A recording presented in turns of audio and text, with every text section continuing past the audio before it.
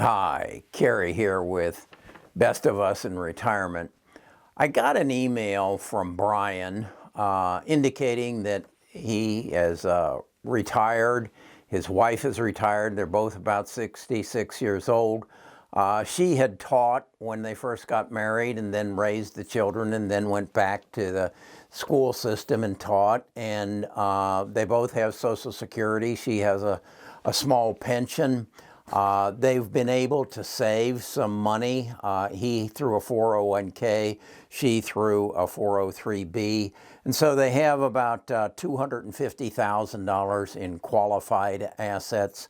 And then they have another $100,000 in non-qualified assets in bank accounts and a brokerage account, have their house paid off, and they say that their cost of living is, they figure at about $65,000 a year, and we agreed there would be some inflation on that. And so he asked me, he said, do you think we'd be all right? And I said, well, Brian, I really don't know, but let me put together a spreadsheet. I'm really getting into spreadsheets because I think they give you a good picture. It isn't going to be perfectly accurate because you have different tax brackets and you have different deductions and that sort of thing. But I think it gives you a good map. And you might have seen I did a video on how a 15-year-old or a 16-year-old could become a millionaire and retire at 50 if he would create a plan and a map. Well, you don't have to be 15 years old or 16. You can do that at 66, like Brian and his wife. And so what I did was take the numbers that he gave me, and then I kind of first of all applied it to my own situation and spent a day or two, as it turned out, trying to refine this spreadsheet to help Brian see if he was going to be okay. Now, what I'm going to do is put a link to that spreadsheet in the description, and then you can play with it. And I've kind of yellowed, as you'll see when I show you, that the variables that you can plug in your variables, and it will come back and give you a feel. It won't.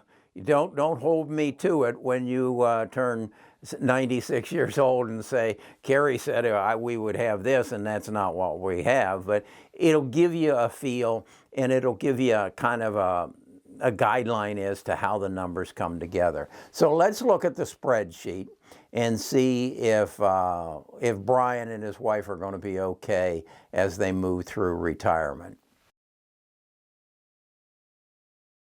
And I want to share it with you and walk you through Brian's situation and see if you agree with me that Brian will probably be okay. We start by filling in the yellow boxes. As I said, he and his wife are both 66. They both have Social Security. She got Social Security as a result of her teaching. And you'll see down here, she also has got about an $18,000 pension. In their IRAs, 401ks, 403bs, they've accumulated $250,000. And then they have some non-qualified assets of about $100,000. He also shared with me that their house is paid off and they don't have any debt. So they're in a pretty solid situation. But they do have a pretty good lifestyle. They're spending, they estimated, about $65,000 a year. And we're including an inflation rate of about 3%.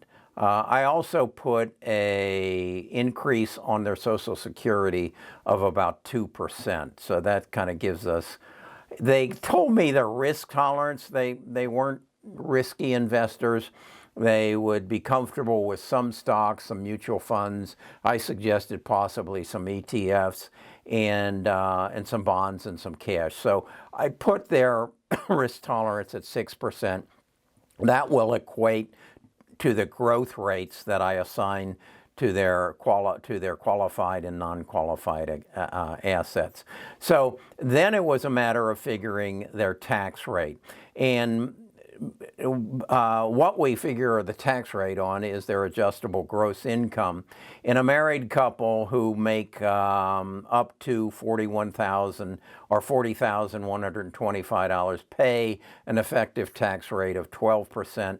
Once you get over the 40,000, and then up to 86, you pay 22, and that factored in as their income went up in their later years of life, in part created by the required minimum distribution. So let's look at the numbers. As you can see, at 66, their Social Security amounts to $46,800 a year, and then it goes up with the 2% that I've factored in for inflation or for increase in Social Security.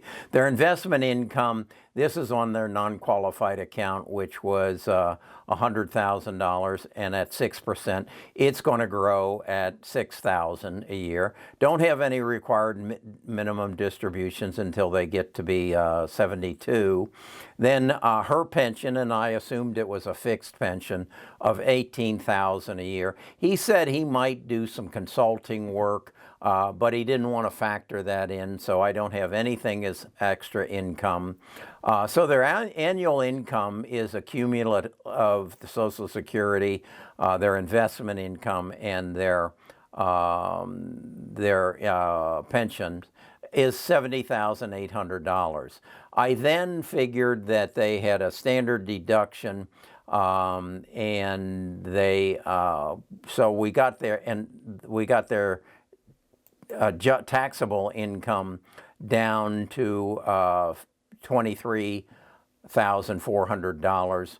They said their expenses were $65,000, so I figured their taxes that first year at $5,148. That gives them a profit, if you will, of $652. We reinvest that in the non-qualified investments, and we aren't taking any required distributions, so that goes on as just grows at 6%.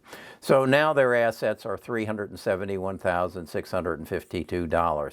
As you can see, what changes is they actually run a deficit. So and what that means is they're going to take $154 the next year out of their non-qualified assets, and that actually continues to deplete their non-qualified assets, but you see it doesn't have a negative effect on their total asset value, because their assets are actually growing at a greater rate than what they are taking out. We then click into required minimum distributions at 72, and the numbers continue to run. And I think the important number, I took it out to 86 years old, so I took it out 20 years. And you can see their assets do actually start to decline. It looks like it reaches a high at age 82, and then they do start decreasing. What I think also is important to consider here is that their annual expenses will probably decrease as well. At 65,000, they're taking some nice cruises, I would imagine, once we get out of the pandemic, and nice vacations, and so these numbers may decrease. As you can see, over that 30 years or 20 years, I've increased their expenses from 65,000 all the way up to 117. I don't think that's probably realistic, but I didn't want to make that assumption. I don't know that much about them. So that's how I look at things, and I think spreadsheets, Excel spreadsheets, if you don't know how to use them, I'd really encourage it. It opens your eyes to a lot of things and tends to eliminate surprises. So that's Brian's picture as I read it. I'm going to put a link to this spreadsheet in the description of the video, so you can pull it up and you can play with the numbers. And some of them are going to play havoc with you because as you change this age, the time of our required minimum distribution changes, and then if your income gets up above $86,000 a year, you have to adjust the tax rate as well. But it'll give you some place to start and a way of getting a feel and getting a general understanding of how you can manage your investments as you get into retirement. Okay, that was my response to Brian and his financial situation. I think, they did a good job of accumulating some funds, and they had the benefits of two parties working. So they'll be all right as long as they manage their expenses. I think I saw a response to another video, and I credit to the comment that one of the key elements that I think people miss, and this is what the comment was referring to, is that people don't have a good handle on what it costs them to live. It's very easy to do, particularly if you run your life off of credit cards, which I hope you pay your bill every month before it accrues any interest or penalties, and then also going through your checking account and just getting a good handle on what it costs you to live. And then it's very easy to see what you've got coming in. And then I want to emphasize, I believe that retirement is the second half, and some sort of retirement gig or some sort of work.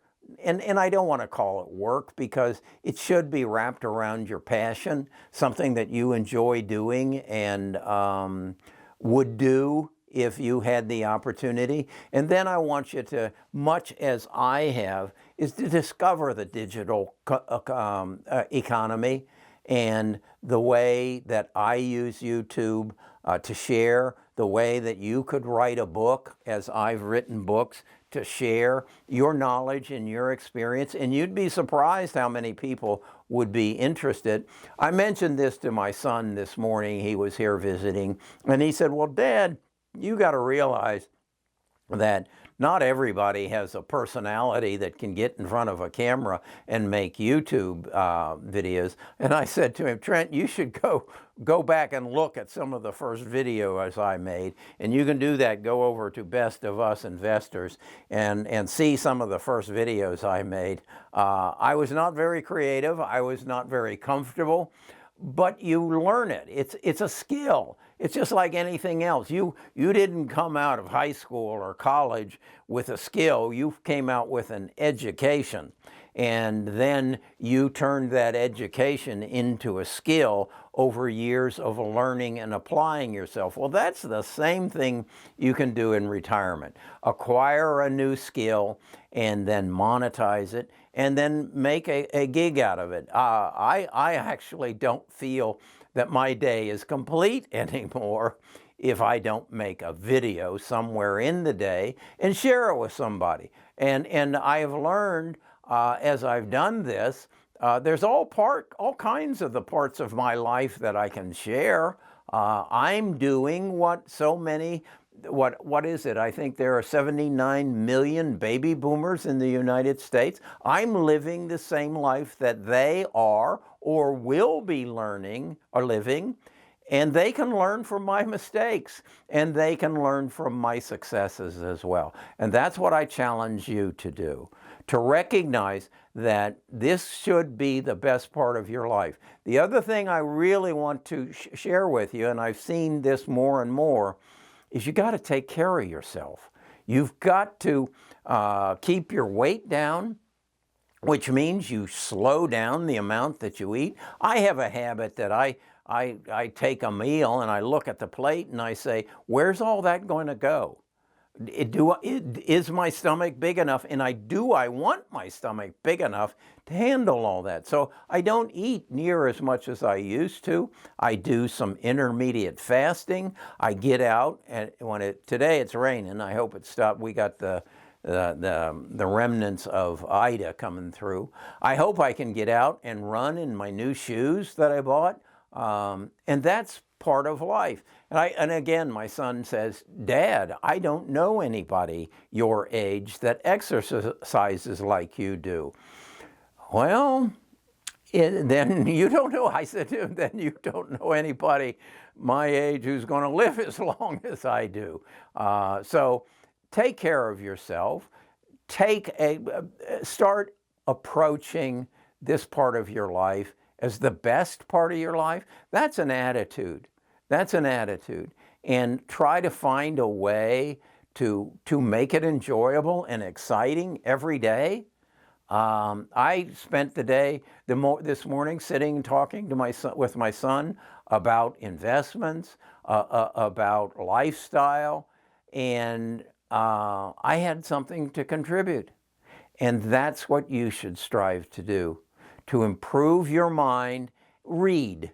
Go down into the description and see some of the books that just have changed my life. Really. So, okay. That's Brian's situation.